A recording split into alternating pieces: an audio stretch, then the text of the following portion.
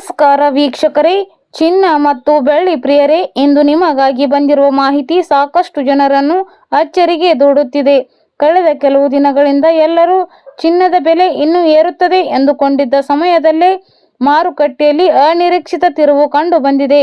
ಒಂದೇ ದಿನದಲ್ಲಿ ದರದಲ್ಲಿ ಗಮನಾರ್ಹ ಬದಲಾವಣೆ ಕಂಡು ಬಂದಿದ್ದು, ಮದುವೆ, ಹೂಡಿಕೆ ಅಥವಾ ಆಭರಣ ಖರೀದಿಸಲು ಕಾಯುತ್ತಿದ್ದವರಿಗೆ ಇದು ದೊಡ್ಡ ಸುದ್ದಿಯಾಗಿದೆ.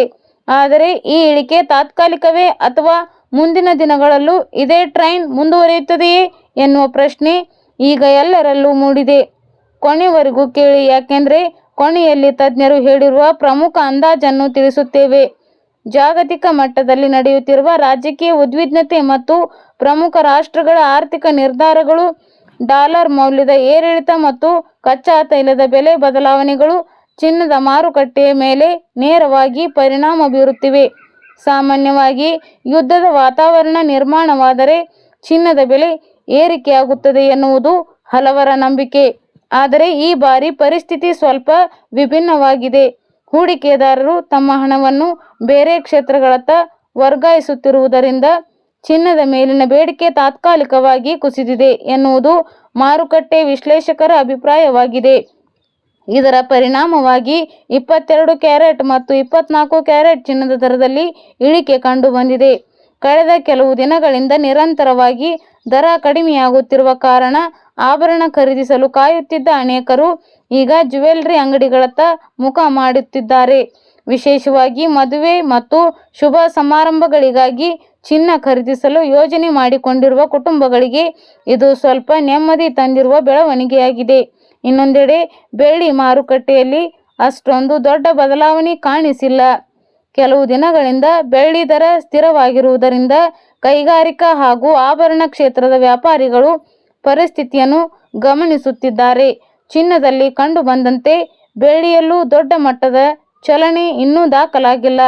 ಆದರೆ ಅಂತಾರಾಷ್ಟ್ರೀಯ ಮಾರುಕಟ್ಟೆ ಬೆಳವಣಿಗೆಗಳನ್ನು ಅವಲಂಬಿಸಿ ಮುಂದಿನ ದಿನಗಳಲ್ಲಿ ಬೆಳ್ಳಿ ದರವು ಬದಲಾಗುವ ಸಾಧ್ಯತೆ ಇದೆ ಎಂದು ತಜ್ಞರು ಅಭಿಪ್ರಾಯ ವ್ಯಕ್ತಪಡಿಸುತ್ತಿದ್ದಾರೆ.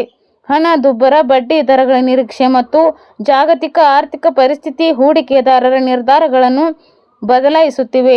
ಕೆಲವು ದೊಡ್ಡ ಹೂಡಿಕೆ ಸಂಸ್ಥೆಗಳು ಲಾಭಾಂಶಕ್ಕಾಗಿ ಚಿನ್ನದ ಹೂಡಿಕೆಯನ್ನು ಕಡಿಮೆ ಮಾಡಿ ಬೇರೆ ಆಸ್ತಿ ವರ್ಗಗಳತ್ತ ಗಮನ ಹರಿಸಿರುವುದು ಮಾರುಕಟ್ಟೆಯಲ್ಲಿ ಒತ್ತಡವನ್ನು ಹೆಚ್ಚಿಸಿದೆ. ಇದೇ ಕಾರಣದಿಂದ ಚಿನ್ನದ ಬೆಲೆಯಲ್ಲಿ ತಾತ್ಕಾಲಿಕ ಕುಸಿತ ಕಂಡುಬಂದಿದೆ ಎಂದು ಆರ್ಥಿಕ ವಲಯದ ವಿಶ್ಲೇಷಕರು ಹೇಳುತ್ತಿದ್ದಾರೆ. ಆದರೆ ಇದನ್ನೇ ನೋಡಿ ಚಿನ್ನದ ಯುಗ ಮುಗಿದಿದೆ ಎಂದು ಹೇಳುವುದು ಸರಿಯಲ್ಲ. ದೀರ್ಘಾವಧಿಯಲ್ಲಿ ಚಿನ್ನ ಇನ್ನೂ ಸುರಕ್ಷಿತ ಹೂಡಿಕೆ ಎಂಬ ನಂಬಿಕೆ ಮಾರುಕಟ್ಟೆಯಲ್ಲಿ ಮುಂದುವರಿದಿದೆ. ಜಗತ್ತಿನ ಹಲವು ಕೇಂದ್ರ ಬ್ಯಾಂಕುಗಳು ತಮ್ಮ ಚಿನ್ನದ ಸಂಗ್ರಹವನ್ನು ಹೆಚ್ಚಿಸುತ್ತಿರುವುದು ಈ ನಂಬಿಕೆಗೆ ಮತ್ತಷ್ಟು ಬಲ ನೀಡುತ್ತಿದೆ. ಅಂದರೆ ಸದ್ಯದ ಇಳಿಕೆ ಕೆಲವರಿಗೆ ಖರೀದಿಗೆ ಉತ್ತಮ ಅವಕಾಶವಾಗಬಹುದು ಎಂಬ ಅಭಿಪ್ರಾಯವೂ ಕೇಳಿ ಬರುತ್ತಿದೆ. ಮುಂದಿನ ವಾರಗಳಲ್ಲಿ ಜಾಗತಿಕ ಪರಿಸ್ಥಿತಿ ಹೇಗೆ ಬದಲಾಗುತ್ತದೆ, ಡಾಲರ್ ಮೌಲ್ಯ ಯಾವ ದಿಕ್ಕಿನಲ್ಲಿ ಸಾಗುತ್ತದೆ ಮತ್ತು ಪ್ರಮುಖ ದೇಶಗಳ ಕೇಂದ್ರ ಬ್ಯಾಂಕುಗಳು ಯಾವ ರೀತಿಯ ಬಡ್ಡಿ ದರ ನಿರ್ಧಾರ ಕೈಗೊಳ್ಳುತ್ತವೆ ಎಂಬುದರ ಮೇಲೆ ಚಿನ್ನದ ಮುಂದಿನ ದರ ಅವಲಂಬಿತವಾಗಲಿದೆ.